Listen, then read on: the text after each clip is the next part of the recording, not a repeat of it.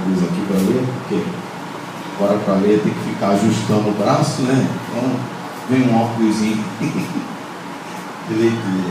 Isso aí. Glória a Deus. Vamos ler. Passa no versículo 20, diz assim: Geazi, o moço de Eliseu, homem de Deus, diz consigo: eis que o meu senhor impediu que este Ciro Naamã, que dê a sua mão, ele lhe desse alguma coisa do que trazia. Porém, tão certo como vive o Senhor, hei de correr atrás dele e receberei dele alguma coisa. Então foi Geazi em alcance de Naamã, e Naamã, vendo que corria atrás dele, saltou do carro ao encontro e perguntou: vai tudo bem? Ele respondeu: tudo vai bem. Bem, o meu senhor me mandou dizer: eis que agora mesmo vieram a mim 2 jovens dentre os discípulos dos profetas da região montanhosa de Efraim, e dá-lhes, pois, 1 talento de prata e 2 vestes festivas. Disse Naamã: ser servido e tomar 2 talentos. Insistiu com ele e amarrou 2 talentos de prata em 2 sacos de 2 vestes festivas, pô-los sobre 2 de seus moços, os quais os levaram adiante dele. Tendo ele chegado ao outreiro, tomou-os das suas mãos e os depositou na casa, e despediu aqueles homens que se foram. Ele, porém, entrou e se pôs diante do seu senhor. Perguntou-lhe Eliseu: de onde vem Geazi?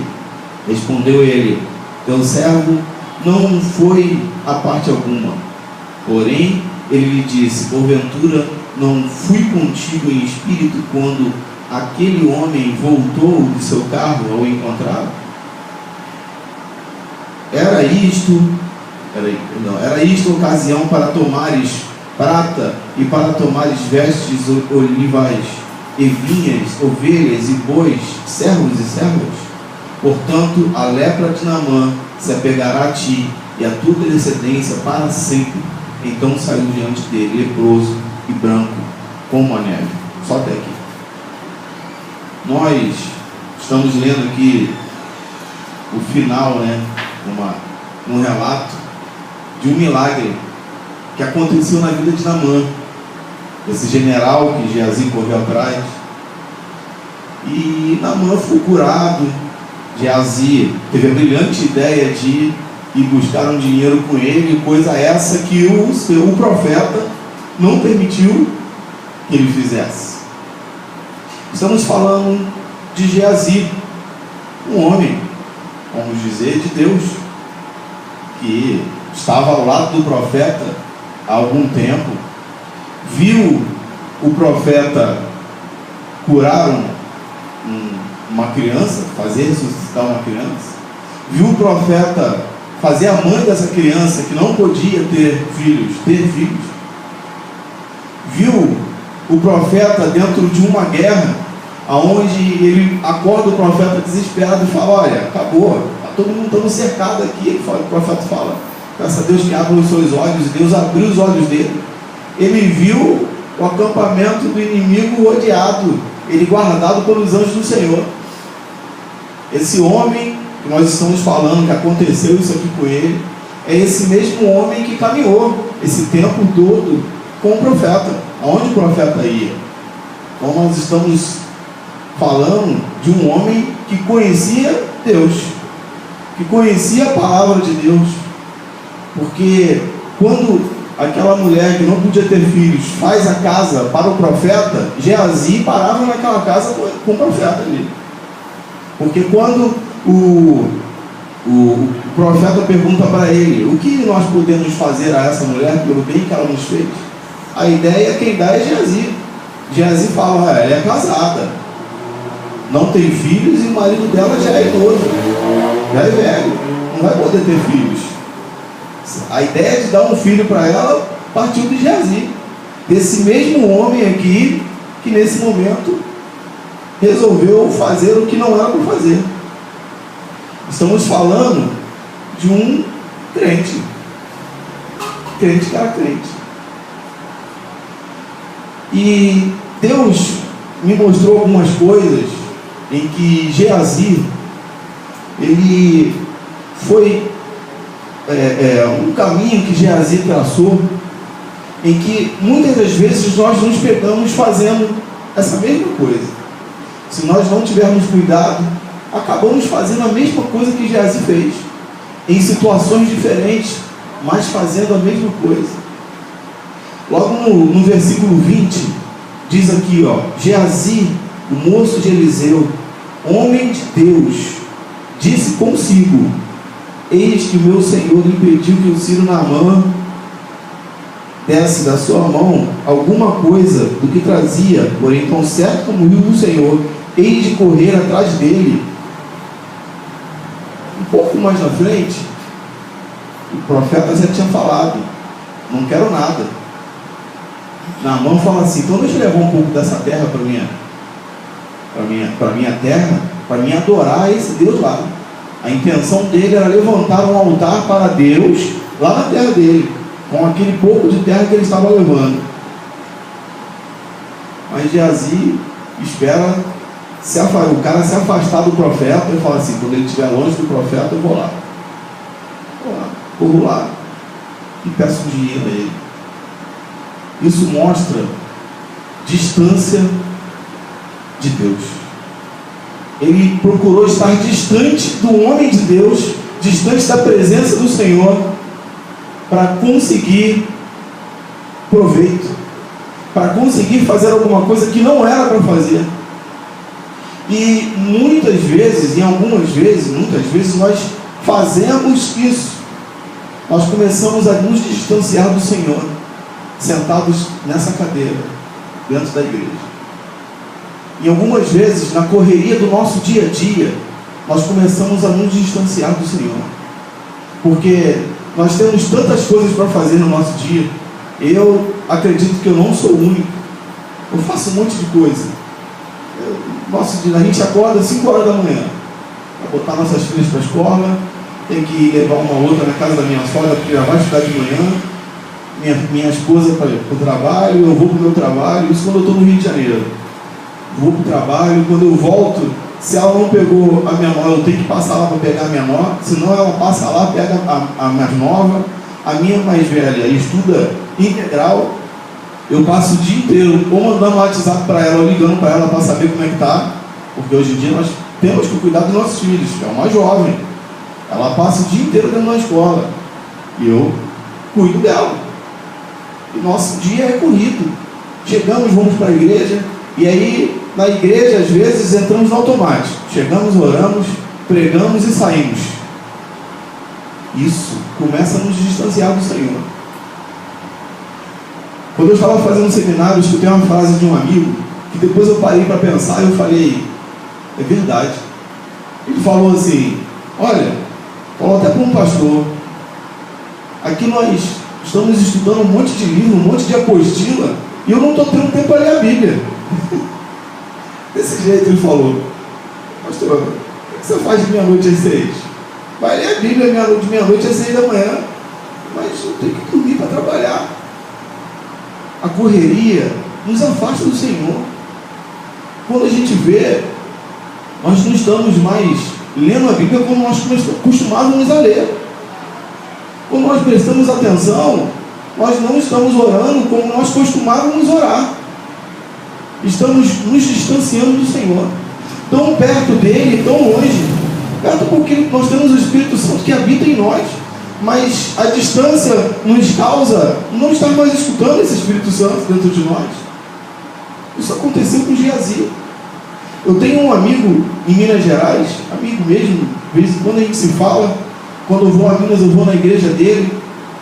Cara, assim, nos conhecemos dentro de uma obra e a amizade foi crescendo. E quando eu o conheci, me apresentaram assim: ele estava trabalhando e falava assim para mim: tem um eletricista que está lá atrás, que ele vai resolver os problemas que você precisa, ele que sabe dos cabeamentos, como é que está aqui e tal. Eu, beleza, eu vou lá falar com ele, mas não vai lá agora não, porque ele está orando, está na hora do almoço dele. Eu falei: tá bom, né? Mas eu fui lá ver, eu queria ver o cara orando. Vamos lá, vou ficar escutando quietinho. O cara tem 1h30 de almoço. Ele orou 1h20, eu parado esperando ele. O relógio dele despertou, ele parou de orar. Vocês espera só um momentinho que eu vou almoçar. Não, espera. O cara foi, almoçou, acabou a hora do almoço dele e veio falar comigo. Quando ele acabou a hora do almoço dele, todo mundo que almoçava correndo, deitava para dormir, estava acordando. Ele me falou: o que você precisa? Eu expliquei para ele o que eu preciso. E assim a amizade foi começando. Eu perguntei para ele: você faz isso todos os dias? Ele: todos os dias. Assim, bota o relógio para despertar, para você saber quando está acabando essa hora do almoço. Todo dia. Você é evangélico, meu irmão? Eu falei: sou. Aí ele me perguntou: quantas horas por dia você ora? Crente, quando faz essa pergunta para você, cara, toma cuidado com o que tu vai responder, porque o cara ora. Aí eu fiquei meio assim, sabe, para responder para ele. Cara, eu vou orar mais 4 horas, 3 horas. Tive que perguntar para ele quantas horas por dia ele orava. Ele falou: eu oro umas 10 horas por dia. Eu falei: cara, tu quantas horas? Eu conto. Isso me faz bem. São os momentos que eu estou em comunicação com o meu Senhor. São os momentos que eu falo. Durante o dia ele me responde. Olha só a visão do cara. Eu falei: legal. E aí a gente começou a amizade. Ele me levou na igreja dele. A igreja dele é uma igreja que faz cultos nos lares todos os dias, menos domingo. Domingo é na igreja. Todos os outros dias da semana tem culto de oração nos lares. Eu perguntei para ele: mas por que todos os dias? Ele: porque a gente começou a fazer num dia só. E as pessoas estavam reclamando que na sua casa nunca tinha oração. Aí o pastor falou assim: então tá bom, não tem problema. Cada dia da semana vai ser na casa do irmão. E aí a gente não vai repetindo. Vai embora, fazendo. Foi a direção do seu pastor? Foi. Amém, isso está certo? Ele: pô, o pessoal gosta. Eu falei: quantos membros vai para essa reunião de oração?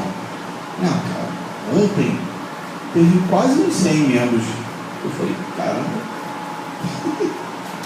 100 membros numa reunião de oração é bem complicado de você botar. Mas eu fui lá. Cheguei na reunião de oração, já tinha um irmão na casa que ela, já tinha um irmão parado me esperando, cara. Recebendo as pessoas. Prazer em te conhecer, estava orando por vocês. Pode entrar que a gente vai começar a nossa reunião. Desse jeito, gente. Casa cheia. Quando chegou o rapaz de uma Kombi que estava trazendo um grupo, ele botou a mão no peito desse motorista e falou assim: você não pode entrar aqui nesse local agora não. Aí o irmão ficou meio assim: por quê? Porque quando vocês estavam vindo, Deus me mostrou que o pneu de vocês furava, não furou? Meu irmão, furou.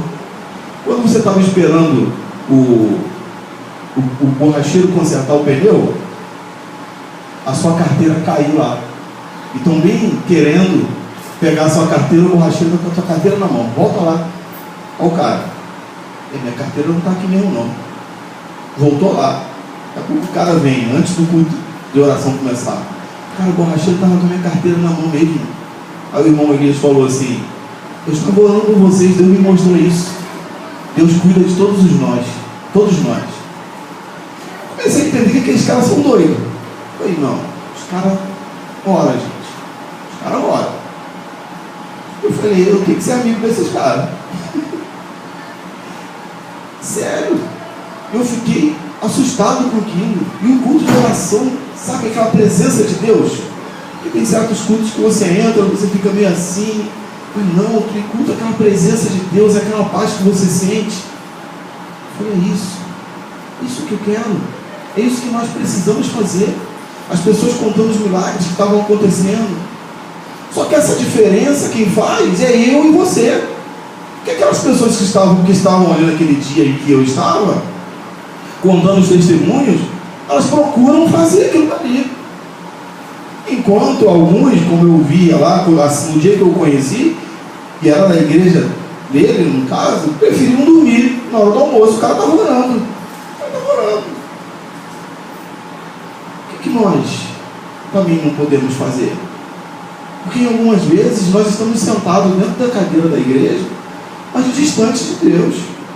Estamos aqui, o louvor está rolando, minha cabeça está lá fora, pensando em algum problema que eu tenho que resolver. Pensando no meu carro, que está parado ali, mas meu carro é novo, não pode arranhar, não pode bater. Pensando na minha filha, pensando em algum problema. Às vezes eu estou aqui, mas eu não estou. Meu corpo está aqui, mas eu estou distante do Senhor. E Geazi estava distante do Senhor dele. A palavra de Deus, quando fala do profeta com ele, fala do seu Senhor. Geazi procurou estar distante do Senhor dele para conseguir fazer o que era errado. Geazi procurou estar distante do Senhor dele para conseguir um fruto para ele, o que ele achava bom para ele. E muitas vezes o que eu acho bom para mim, o Senhor não acha. Mas por eu estar distante do Senhor e não vou conseguir escutar a voz do meu Senhor distante dele, porque eu não quero estar perto, eu vou fazer o que eu acho que é bom para mim. Jesus estava nessa situação. Algumas vezes nos pegamos assim, de verdade. E quando nós vemos, já é tarde. Porque a distância, ela chama uma outra coisa que se chama esfriamento. A distância esfria o nosso coração. Tira por um amigo. Quando você tem um amigo e de repente por motivos ou circunstâncias você começa a ficar distante dele, daqui a algum tempo, quando você vê, não é mais a mesma coisa. Você não tem mais tanto assunto para conversar com ele. Você não tem mais aquele diálogo que você tinha com ele. Essa amizade pode voltar a esquentar novamente, mas vai levar um tempo. Vocês vão precisar conversar, praticar as mesmas coisas. A distância traz esfriamento para o nosso coração. E esse esfriamento está no versículo 22. Ele respondeu: tudo vai bem. O meu Senhor me mandou dizer: eis que agora mesmo vieram a mim 2 jovens, dentre os discípulos do profeta da região montanhosa de Efraim. Ele já estava distante do Senhor. Ele estava tão frio que ele podia mentir. Ele estava tão frio que ele já não estava sentindo mais nada e está falando aquela mentira em nome do Senhor dele. E essa mentira em nome do Senhor dele começa lá em cima, como ele fala assim, ó: tão certo quanto vive o Senhor, eu irei atrás de Naamã. Já estava tudo tramado. A distância já estava no coração dele há muito tempo. E a distância, quando já está no coração há muito tempo, ela traz o esfriamento. Com certeza. Nós começamos a chegar aqui com os problemas lá fora, e aí quando eu saio do culto eu falo: poxa, o louvor hoje não foi muito bom, não gostei hoje, não gostei da palavra, não senti aquela presença de Deus na palavra, acho que não foi legal. Isso começa a se repetir por 1, 2, 3 cultos. Quando a gente vê, nós estamos em uma pedra de iceberg. Não estou sentindo mais nada. Vejo os meus irmãos chorarem na presença de Deus, sentir a presença de Deus, mas eu não sinto, porque eu estou muito distante do Senhor, e o esfriamento já está em mim. Eu procurei ver sobre a hipotermia que acontece no corpo humano, e ela acontece a partir de quando o corpo começa a cair muita temperatura e cai de 35 a 33 graus, é uma hipotermia leve. De 33 a 30 é uma hipotermia média, e tem a grave, que a pessoa vem a óbito. Nessas duas, na leve e na média, tem um sintoma no corpo. Na leve diz que a pessoa perde a sua destreza. Eu não tenho mais os movimentos tão rápidos e a capacidade de fazer algumas coisas pequenas. Botar uma agulha, uma linha na agulha, não tenho mais. Não consigo mais. Na média, fala que é a perda da coordenação motora, ou seja, a pessoa não se mexe mais. O esfriamento traz para o corpo humano isso. Só que o esfriamento espiritual traz para o corpo espiritual exatamente a mesma coisa. Eu não consigo mais ter a destreza no meu corpo espiritual. Eu não consigo mais ter a coordenação motora do meu corpo espiritual. Porque eu não consigo mais entender mais nada, não alimento mais ele, não consigo escutar a voz de Deus porque eu não quero, eu prefiro estar distante. E a hipotermia, depois que passa de 30 graus, desce mais, a pessoa vem a óbito. No corpo espiritual também. Chega um momento que eu já estou tão distante do Senhor, essa hipotermia já está tão agravada, que eu só venho para a igreja por costume de estar na igreja. O ser humano tem hábitos costumeiros. Se ele parar de vir para a igreja, ele vai acostumar a ficar em casa. E depois, para ele acostumar a vir para a igreja de novo, é difícil. Ele, como está acostumado a vir para a igreja, ele vem para a igreja todos os domingos. Se veste, vem para a igreja como de costume. Porém, ele está distante do Senhor e frio. O seu corpo espiritual não está sentindo mais nada. A hipotermia já se agravou no corpo espiritual. E aí, vem, sento na cadeira e não consigo mais estar na presença de Deus. Não consigo mais contemplar os milagres de Deus. Não consigo mais contemplar a presença de Deus. Não consigo mais contemplar o que Deus está fazendo à minha volta e na minha vida. Pois tem duas formas de nós vermos isso. A forma de eu acreditar que existe milagre e a forma de eu acreditar que não existe milagre. Porque você precisa ter fé para isso. Só que você não tem. O teu corpo espiritual está muito frio. Você começa a não acreditar mais. Ainda que você acredite, você não começa mais a ver. Começa a não mais sentir. Começa a não mais a estar, vamos dizer, você está no local onde está acontecendo, mas não consegue ver. Teus olhos não veem mais. Não consegue ver. Eu hoje usar um óculos para leitura, para mim é uma glória. Antes do acidente eu tinha hipermetropia, miopia e astigmatismo. Fazia sinal para caminhão, quando o caminhão passava. Quando eu vou fazer exame de vista, que eu tenho que fazer exame de vista anualmente, o médico não sabe como é que eu enxergo. Não entende. Essa presença de Deus na nossa vida. Nós precisamos ver isso. Porque eu podia muito bem olhar isso e falar assim, não, minhas células se refizeram, como já falaram para mim. Mas não é milagre não. Tuas células se refizeram. Olha essa, minhas cordas não estivessem queimadas, eu até acredito, mas os médicos falam para mim que as minhas cordas estão enrugadas, não tem como enxergar. Nós precisamos contemplar isso todos os dias. Todos os dias. Todos os dias. Só que isso tem que ter um hábito na nossa vida, tem que virar hábito. Eu costumo lá em casa reunir todo dia de noite antes de dormir para orar. Costumo fazer isso. Vira costume, mas é bom. É bom. A gente ora, a gente canta antes de dormir. Depois a gente vai dormir. As meninas para o quarto delas. Às vezes elas dormem cedo. Eu vou com minha esposa para o quarto delas, oro e vou para o meu quarto. Cada dia 1 hora. A Anne ora, a Alexia ora, a Rosângela ora, depois eu oro. Preciso ensinar para elas a estar sempre quentes na presença do Senhor. Preciso ensinar para elas que elas precisam contemplar a presença do Senhor. Elas precisam disso.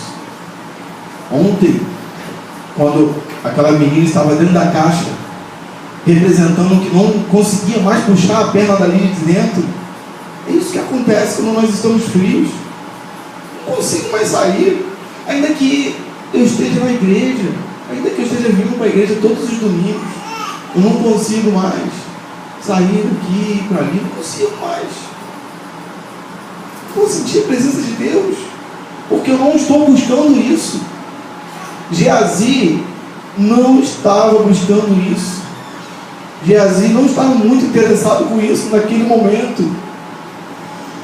Essa essa distância e esse esfriamento de Geazi trouxe para ele um cuidado próprio com ele, que nós vamos ver no versículo 23 e no versículo 24, que diz assim,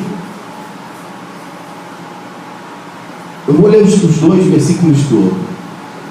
Disse Naamã: ser servido, toma pois 2 talentos. Isto insistiu com ele, amarrou 2 talentos de prata e 2 sacos e 2 vestes festivais, pô-los sobre 2 dos seus moços, os quais os levaram adiante dele. Tendo ele chegado ao outeiro, tomou das suas mãos e depositou na casa. Despediu aqueles homens que se foram. Só até aqui.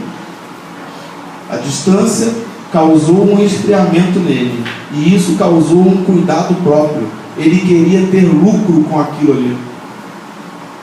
Quando nós estamos distantes do Senhor, estamos esfriados no Senhor, nós começamos a ter um zelo humano, começamos a ter um cuidado próprio, coisa que a palavra de Deus fala que quem cuida é o Senhor, e quem faz é Ele. Nós precisamos nos preocupar com as coisas dEle, e as demais coisas Ele vai fazer na nossa vida. Eu tive que aprender isso às duras penas, porque eu sou meio sanguíneo, eu gosto de resolver as coisas. Só que no lado espiritual, no lado da família, profissional, eu tive que aprender que o Senhor é que vai cuidar disso tudo para mim. Tive que aprender. O pastor Ricardo passou um bom pedaço da minha vida comigo. Eu tive que aprender. Chorava, mas aprendi. Eu não fiquei cego, então. Imagina, você está enxergando e depois de um acidente você não conseguir enxergar mais. O médico fala para tua esposa assim, ó, teu marido não enxerga mais, não vai enxergar. Não tem cirurgia que vai fazer ele enxergar. Mas ela olhou para a cara dele e falou: Deus que eu sirvo não me deu mais um cego, não vai deixar ele cego. Acordava de madrugada e escutava ela orando por mim, não enxergava nada. Deus verdadeiramente me curou. Por quê? Porque Ele quis. Porque Ele mostrou que quem faz é Ele. Porque Ele mostrou que quem cuida é Ele. É Ele. Não tem o que fazer. Não tem para onde correr. Quem faz é Ele. Pode fazer o que você quiser. Quem vai cuidar da tua vida é Ele. Quem vai te proteger é Ele. Ontem estava eu e o pastor Jorge conversando, e eu contei para ele um testemunho de um pastor chamado Pastor Diniz. Ele era tenente do exército, pastoreava uma igreja no Parque Fluminense, né? E ele saiu tarde da igreja um dia e estava indo para casa a pé, a rua deserta, só ele na rua. Ele viu 2 pessoas, e essas pessoas iam assaltar ele. Viu a arma na mão das pessoas, cercaram a rua, foi um para cada lado.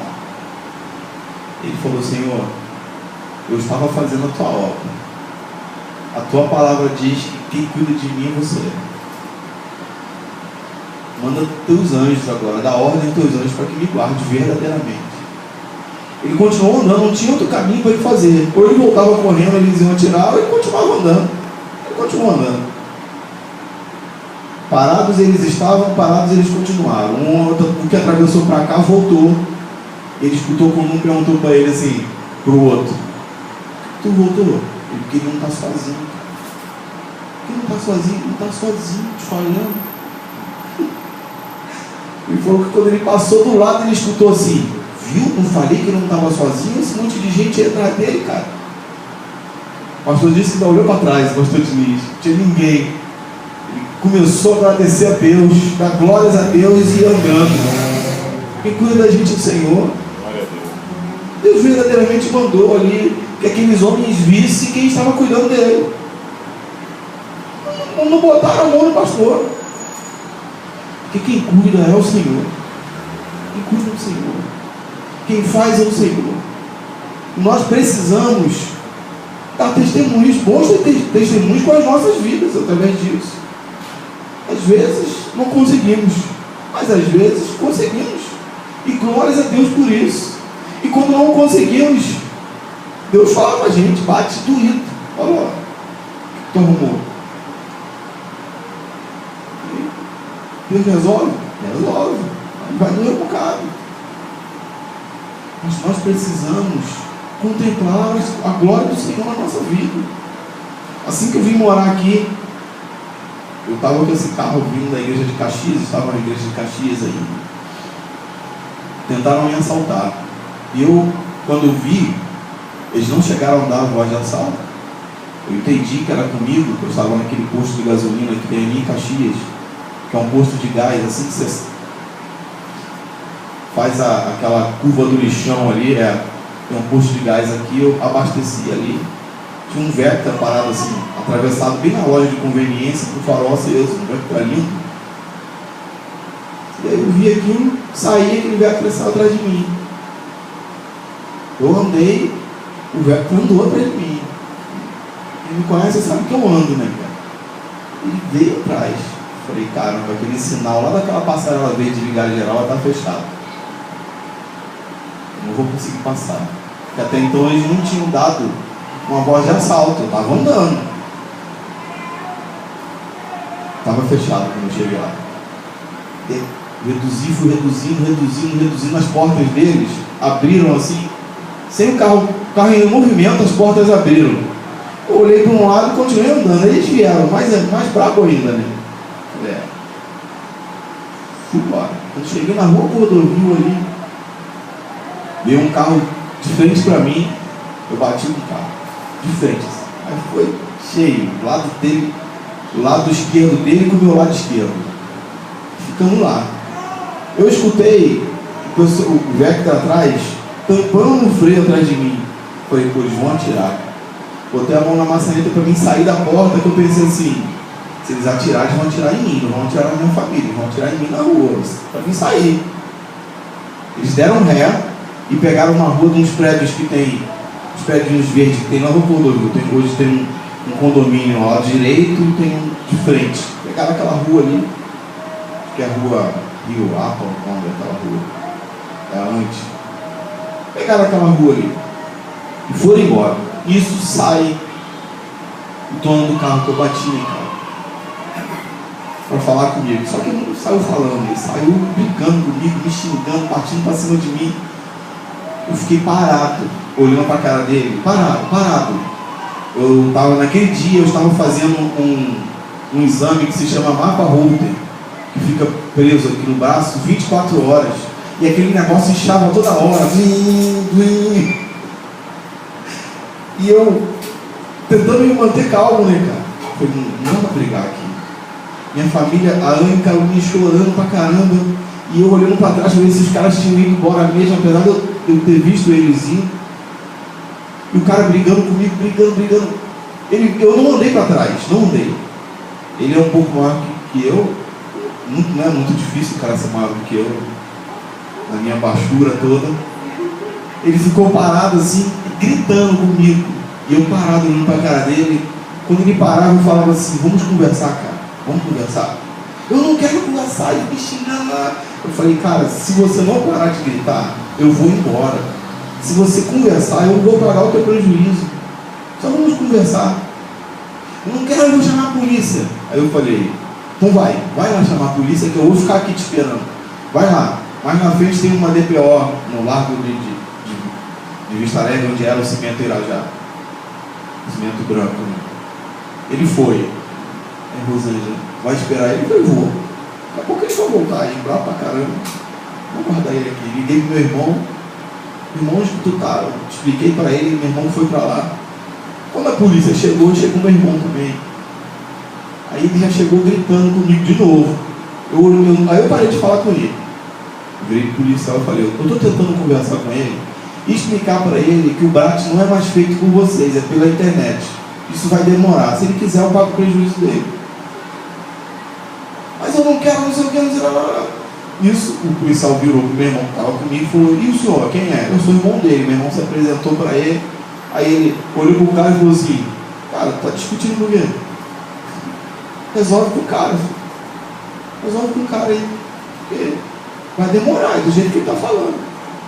Isso chega a irmã do cara também, que viu ele alterado, começou a brigar com ele, me defendendo, começou a brigar com ele.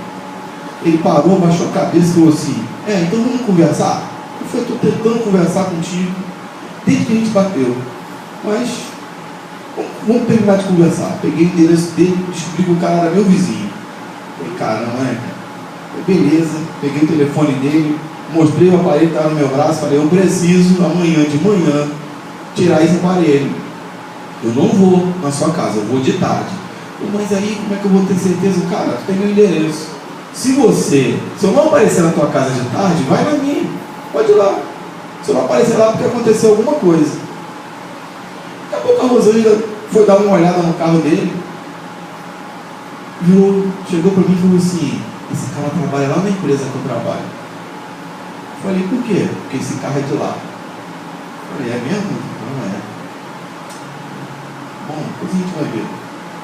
Eu estava errado, eu ia pagar o prejuízo do cara. No dia seguinte, fui eu, uma tarde, na casa dele, comprei as peças que tinha que comprar, levei o carro dele no lanterneiro. Aí, no dia seguinte era um sábado, e eu tinha vistoria do meu carro naquele dia. Aí, meu irmão Anderson levou um lanterneiro lá na minha casa, para dar um jeito no meu carro, para eu conseguir na vistoria. E eu fui resolver o problema do carro do cara. Cheguei lá, conversei com ele, quando terminou, ele virou para mim e falou assim: ô seu Alex, queria conversar com o senhor. Eu falei: mas a gente não está conversando, cara? Ele não. Eu ainda pensei assim: esse cara vai me pedir mais dinheiro. Eu não vou dar, eu estou pagando o prejuízo dele. Fala. Ele falou assim: fala, Alexandre, o nome dele. Ele falou assim: queria te pedir desculpa, porque não tinha necessidade de eu fazer aquilo que eu fiz. E eu vi que você, em momento nenhum, me tratou mal. Eu gostaria de pedir desculpa para sua senhora também. Posso? Eu falei: pode. Chamei ela, ele veio e pediu desculpa para ela também. Aí ela perguntou para ele: você trabalha lá? Falou para ele onde que era. Ele falou: trabalho. Esse carro aí não é de lá? Ela falou: é. E essa era a minha preocupação. Não podia nem estar com o carro na rua. Se eu chegasse lá com o carro batido, eu ia ser mandado embora. Eu falei: não, cara, mas tranquilo, amanhã o seu carro vai estar pronto. O lanterneiro, ele explicou essa situação para o lanterneiro falou: não, vem aqui buscar amanhã seria domingo. Bom, no domingo eu fui para a igreja. Lá na igreja de Caxias, quando eu contei a história, um cara veio na minha casa e falou assim: o senhor que é o dono do carro prata, do Astra Prata? Eu falei: sou. Ele: cara, é meu primo, o Alexandre é meu primo, cara. Ele me contou essa história. Ele me contou essa história ontem. Caramba, cara, eu fui para casa pensando assim: imagina se eu tivesse brigado com esse cara.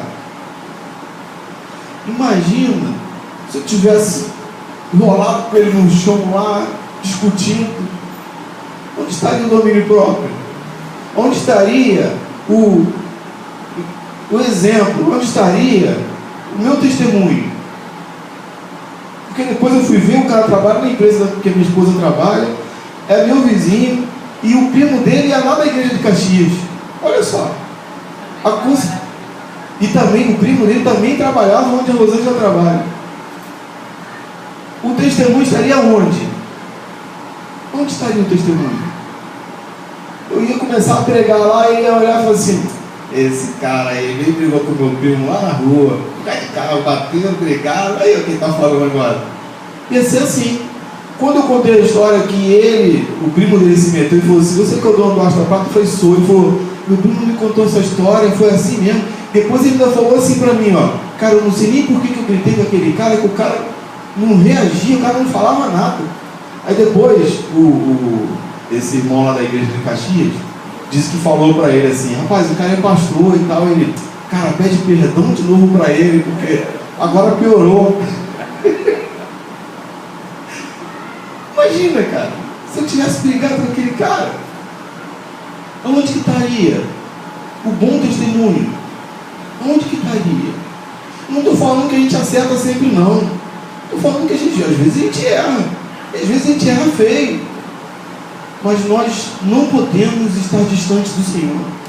Nós não podemos estar frios no Senhor.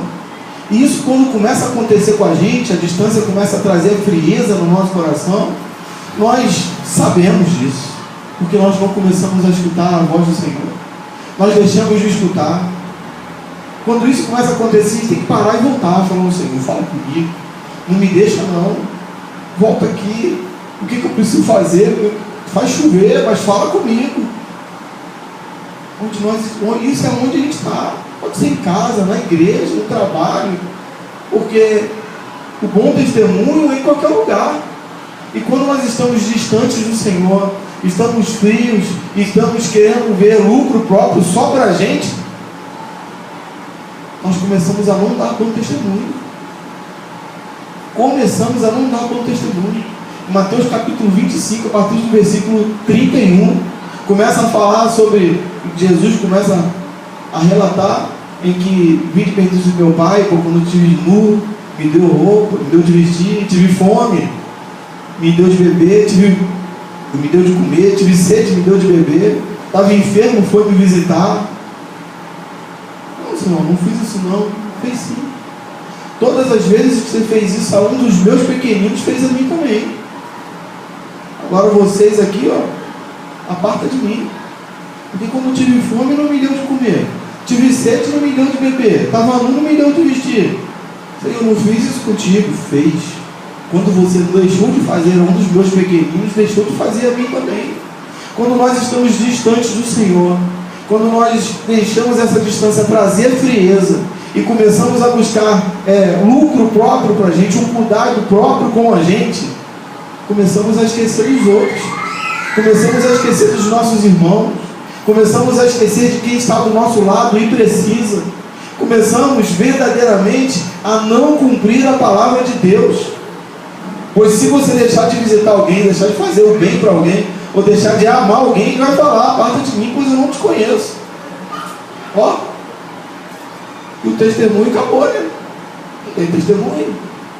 Agora, se você tem um bom testemunho, você não está frio no Senhor, você está pertinho dele, você começa a cuidar de quem está do teu lado, começa a dar de comer, começa a dar de vestir, começa a procurar quem está à sua volta, começa a andar perto de quem está doente. Aí ele vai falar: vinde bendito de meu Pai. A verdade é essa. Se a gente deixar, não vamos fazer, porque ficamos frios e achamos: não, isso é assim mesmo, vai correr no dia a dia, eu não posso ir lá, esquece esse negócio, deixa pra lá, pô. Mas está doente, não resolve. Mas não tem o que comer, cara. O cara não tem o que comer. Não, mas eu não senti de Deus dar uma comida para ele, não. A desculpa é essa, né? Deus não tocou no meu coração de dar comida, não. Não tocou, não. Só tocou no Deus. Quando Deus toca no meu coração. Amém. Glória a Deus, né? É Deus que está falando. Quem sou eu para dizer que não foi Deus que falou no coração do cara? Só que a palavra de Deus fala que se você não der comida para quem está precisando, vai ser apartado do Senhor. A verdade é essa. Não tem para onde correr. Não tem para onde correr. Depois da distância, aí o esfriamento, o cuidado próprio, vem a insensibilidade. Está tão ruim que aí você não sente mais nada. Mais nada. Mais nada. Geazi começou a sentir isso na pele, quando o profeta fala para ele assim: portanto, a lepra de Naamã se pegará a ti e a tua descendência. Acabou para ele. Ele não estava sentindo mais nada. E às vezes nós ficamos leprosos dentro da igreja. Às vezes nós ficamos tão leprosos a ponto de não chorar com o meu irmão, com os que choram, e não se alegrar com os que se alegram, nem para dar um sorrisinho. Chego na igreja, sento, levanto e saio, só por costume. Não estou sentindo mais nada. Estou totalmente insensível à presença de Deus. Estou totalmente insensível com o que acontece à minha volta. Se eu ver um noticiário, eu sou capaz de falar: tem que matar mesmo. Mata logo, descansar. Acabou isso. Não consigo entender como Jesus entendeu, que olhou para aquele ladrão que estava do lado e falou: estás comigo ainda hoje, Pai. Isso é graça. É graça. E é Deus que dá. Se é Ele que faz, se vai ser salvo, é Ele que vai salvar. Não sou eu que tenho que decidir. Não tem para onde correr. E nós, às vezes, por insensibilidade, começam a não fazer mais essas coisas. Começam a não chorar mais para os que estão chorando. Começam a não sorrir mais para os que estão sorrindo. E começam a andar sozinho. Eu estou tão insensível mesmo, que para mim, eu vou na igreja por costume, porque eu gosto. Ali tem uma boa música, ali tem uma boa palavra. Mas eu estou falando isso, porque essa palavra é para a gente. A palavra de Deus, em Mateus capítulo 24, não lembro se é no versículo 10 ou no versículo 12, por ali, 11, fala que o amor de quase todos se esfriaria. Quando fala quase todos, está falando de crentes também. A palavra de Deus não fala assim, ó, o amor dos ímpios se esfriaria. O amor de quem não tem Deus no coração se esfriará. Não. Está falando assim, o amor de quase todos se esfriaria. Quase todos. Tem uma boa parte dos crentes que nós conhecemos hoje que estão incluídos nesses quase todos, por insensibilidade, sem amor, falta de amor. E amor é um fruto do Espírito. Nós não temos isso. Nos distanciamos do Senhor, ficamos frios, procuramos lucro próprio, cuidado próprio, e a insensibilidade tira todo um pouquinho de amor que eu tinha para com os outros. E a falta de amor me faz não chorar, não sorrir, me faz ser uma pessoa seca. Tudo é normal e nada tem a ver. Não tem nada a ver, não. Acontece um problema, não, isso é normal, daqui a pouco passa. Não é normal, não. Eu aprendi que tudo na nossa vida precisa ser espiritualizado. Tudo. Precisa olhar, porque nós oramos, conversamos com um Deus que é Espírito. Então tudo na minha vida precisa ser espiritualizado. Só de eu acreditar e ter fé que Deus existe, eu preciso entender que o Espírito Santo habita em mim. Eu preciso entender que tudo na minha vida é espiritualizado. Tudo. Um simples acordar, o Espírito de Deus me permitiu acordar hoje, me permitiu contemplar esse dia. Aconteceu, eu estava indo para Minas Gerais, Deus não me permitiu pegar um ônibus de meia-noite. Eu gosto de pegar um ônibus de meia-noite. Chego lá às 6 horas da manhã. Aqui pelo Sudeste eu gosto de viajar de ônibus. Eu não gosto de avião, eu tenho pavor de avião. Então quando eu tenho que ir para algum lugar no Sudeste, eu vou de ônibus. Eu prefiro ir. Pego de meia-noite, de manhã eu estou lá. Pego o leito, estou dormindo. Deus não me permitiu pegar aquele ônibus. Peguei o próximo. Não permitiu mesmo. Eu fui comprar passagem, entendi assim, ó, não pega esse ônibus. Fiquei meio assim, estava escolhendo a poltrona, veio de novo assim, ó, não pega esse ônibus. Falei, amém. Tem o próximo horário? Aí a moça falou, não, mas esse você vai chegar às 6 horas da manhã, 6h30. Eu falei, eu sei, porque devido ao engarrafamento que tem no centro, se eu pegasse o próximo, eu ia chegar lá umas 8 horas da manhã, 9. Eu falei, eu sei, mas eu tenho que pegar o próximo. Ela, tá bom. Trocou lá a tela, botou para o próximo horário, eu peguei o próximo horário. No meio do caminho, aquele ônibus sofreu um acidente, bateu de frente com outro veículo, não consegui ver o que era. Estava lá bombeiro. Eu dormia e acordava, eu estava engarrafado. Dormia e acordava, estava engarrafado. Falei, caramba, quando passou pelo ônibus, eu vi um ônibus lá. Gente pra caramba lá no chão, chorando, bombeiro, uma confusão. Eu agradeci o Senhor, pedi a Deus por irmãos meus que poderiam estar ali, para aquelas pessoas. E segui. Deus permitiu que eles passassem por aquilo, amém. Mas não permitiu que eu passasse. Glória a Deus por isso. Tudo na nossa vida precisa ser espiritualizado. Tudo. Só que nós precisamos estar pertinho do Senhor todos os dias. Porque o que Ele quer é estar perto da gente. O que Ele quer é que o nosso amor não se esfrie, um para com os outros. O que Ele quer é verdadeiramente naquele dia Ele falar: vinde, benditos de meu Pai. Não como Geazi. Geazi morreu leproso, ele e sua descendência. Nós não podemos ficar assim. Não podemos ser assim. Que até não estou falando que você está assim não, nem eu.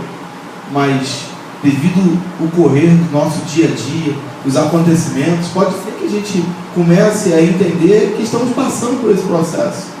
E aí a gente precisa parar e falar: Deus, me ajuda, me ajuda. Enche meu coração com a tua presença de novo. Enche meu coração com o teu amor de novo. Sopra Espírito aqui que eu preciso ver. Sabe? Tudo volta ao lugar, não cantamos assim? Faz tudo voltar ao lugar. Faz tudo, sopra e faz tudo voltar ao lugar de novo. Eu preciso estar na tua presença. Preciso sentir a tua presença. Preciso ver as coisas voltando ao lugar. Eu preciso verdadeiramente sentir esse aquecimento do Espírito Santo em mim de novo. Preciso. Nós precisamos disso todos os dias da nossa vida. A gente pode ministrar essa música, irmã? Precisamos disso, sabe? Precisamos verdadeiramente. Porque quando a palavra de Deus fala que o amor de quase todos se esfriaria, isso me preocupa. Porque nós estamos vendo grande parte dos evangélicos sendo esfriados do amor do Senhor. Estando frios mesmo, frios, sabe? Sem compromisso uns com os outros. Falamos de uma teologia que é ruim para a gente seguir até, mas eles estão fazendo. A palavra de Deus fala isso. Nesse capítulo que a palavra de Deus fala sobre o amor se esfria, fala sobre os falsos profetas que falariam o nome dele, fala sobre tudo isso que está acontecendo, guerras, rumores de guerra, reino contra reino, nação contra nação, e no final ele fala: quando chegar isso, o amor de quase todos se esfriará. Vamos cuidar para que isso não aconteça com a gente. Vamos cuidar para que esse amor não se esfrie. Ainda que a gente erre, ainda que aconteça algum problema no caminho, fala com o Senhor: eu errei, mas me ajuda a voltar. Sopra Espírito e faz tudo voltar ao lugar